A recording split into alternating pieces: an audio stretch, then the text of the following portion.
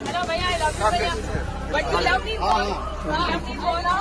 Deer viewers, আনন্দ ভুবনের নতুন একটি ভিডিওতে স্বাগত জানাচ্ছি আমি মাহদি। সম্প্রতি রণবীর সিং এবং দীপিকা পাডুকোনকে নিয়ে কিন্তু অনেক বেশি আলোচনা এবং সমালোচনা হচ্ছে। সেটি হচ্ছে তাদের বিবাহ বার্ষিকীকে কেন্দ্র করে কিন্তু নিজেরাই এই বিষয়টাতে অনেক বেশি উচ্ছ্বাস প্রকাশ করেছেন।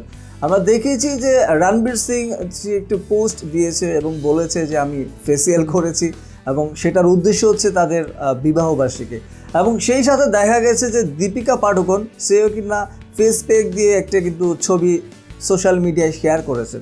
সো এটি নিয়ে কিন্তু তার ভক্তদের মধ্যে অনেক জল্পনা তল্পনা তৈরি হয়েছে। সো এর আগে যে নিউজটি সবচেয়ে বেশি চাউর হয়েছিল সেটি হচ্ছে দীপিকা এবং রণবীর সিং মা বাবা হতে যাচ্ছেন। সো এইটি নিয়ে কিন্তু অনেক ধোঁয়াশা এবং ঘোলাসা তৈরি হয়েছিল। দেখা গেছে যে দেওয়ালিতে দীপিকা পাডুকোন ছোট্ট একটি বাচ্চার শিশু ছবি কিন্তু পোস্ট করেন এবং দেওয়ালি শুভেচ্ছা জানান এবং এতে ধারণা করা যায় কিন্তু ছবিটি অবশ্য দীপিকা পাডুকোনের ছোটোবেলার ছবি হতে পারে। বাট এই ছবিটিকে অনেকেই কিন্তু ধরে নিয়েছে যে তারা মনে হয় যে মা বাবা হতে যাচ্ছেন। এটি নিয়ে কিন্তু ভক্তদের মধ্যে অনেক ব্যাপার স্যাপার রয়েছে। এর আগে যে বিষয়টি ঘটেছিল যে দীপিকা পাডুকোন এবং রণবীর সিং প্রথম যে ছবিটিতে তারা একসাথে অভিনয় করেছিল সেটি হচ্ছে রামলীলা এবং রামলীলার একটি ছবি কিন্তু রণবীর সিং ইনস্টাগ্রামে পোস্ট করেন এবং পোস্ট করে বলেন যে দীপিকার কোমর দেখে আমি তার প্রেমে পড়েছিলাম, এখনও আগের মতোই আছে। সেটাই কিন্তু ছিল তাদের প্রথম একসাথে কাজ করা। সেই থেকে কিন্তু তাদের মধ্যে একটা প্রেমের সম্পর্ক ছিল।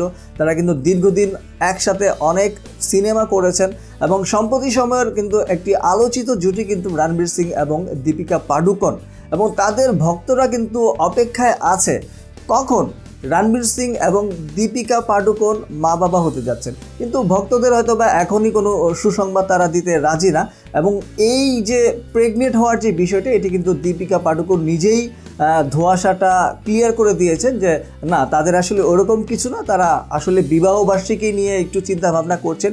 বিবাহ বার্ষিকীটা কীভাবে উদযাপন করতে পারে সেই বিষয়টিকে নিয়ে কিন্তু তারা কথা বলেছেন। সো দীপিকা এবং রণবীর সিং শীঘ্রই কোনো মা বাবা হওয়ার কোনো সম্ভাবনা নাই এবং সম্প্রতি তারা কিন্তু একসাথে বেশ কিছু ছবিতে কাজ করছেন। সো রণবীর সিং এবং দীপিকা পাডুকোন সম্পর্কে আপনাদের কী ধরনের মতামত রয়েছে চাইলে কিন্তু কমেন্টের মাধ্যমে জানিয়ে দিতে পারেন। আর ভিডিওটি যদি ভালো লেগে থাকে তাহলে অবশ্যই লাইক দিবেন, বন্ধুদের সাথে শেয়ার করবেন।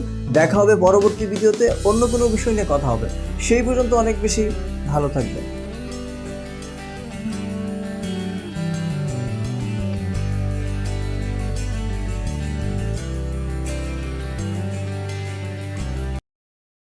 ডিয়ার ভিউয়ার্স, এমন আরও ভিডিও পেতে সাবস্ক্রাইব করে বেল আইকনে ক্লিক করে রাখুন।